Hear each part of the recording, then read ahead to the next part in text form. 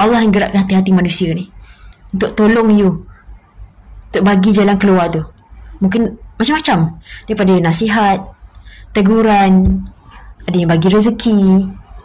Sebab apa? Daripada satu perbuatan you minta dengan Allah, you minta berdoa, nangis-nangis dengan Allah, you minta dengan Allah, you minta dekat tempat yang betul. Tempat yang betul Allah, pencipta kita. Dia cipta kita. Apa yang dekat dunia ni yang kita nampak macam wow, hebatnya, kuatnya, berkuasanya, tapi siapa yang paling kuat, paling berkuasa, paling handal, paling hebat?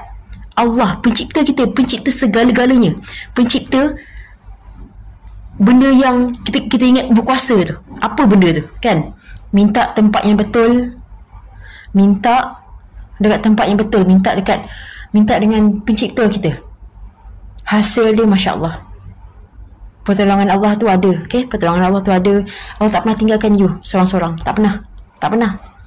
Dari pengalaman Fiza sini, tak pernah.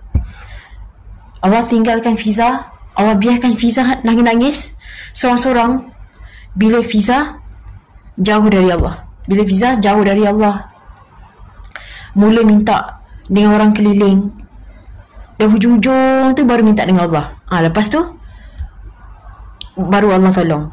Tapi sekarang cara perspektif dia, cara Fiza tengok, ada masalah, ada cabaran, ada benda yang Fiza nak buat tapi rasa nervous, rasa anxiety, tak boleh nak teruskan. Terus Fiza buat solat 2 rakaat, ataupun habis je solat minta dengan Allah, nangis-nangis.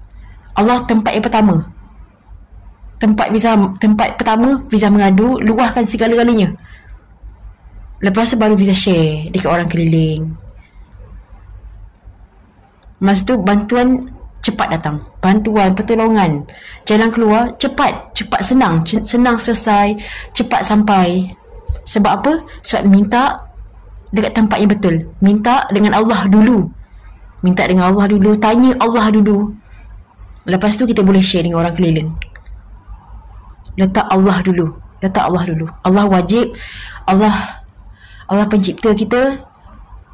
Allah ada kunci tu. Ingat, Allah ada kunci tu. Allah ada semua masalah kita, apa yang kita hadapi ni, Allah ada. Sebab dia cipta kita, dia bagi masalah tu, dia ada penawar, kunci selesaikan masalah tu. Allah ada. So minta dengan pencipta kita. Okay? Dan Allah tengah tunggu sekarang ni. Allah tengah tengok. Kita tengok sekarang ni. Tengah tengok you, tengah tengok kita, tengah tunggu you minta bantuan, pertolongan.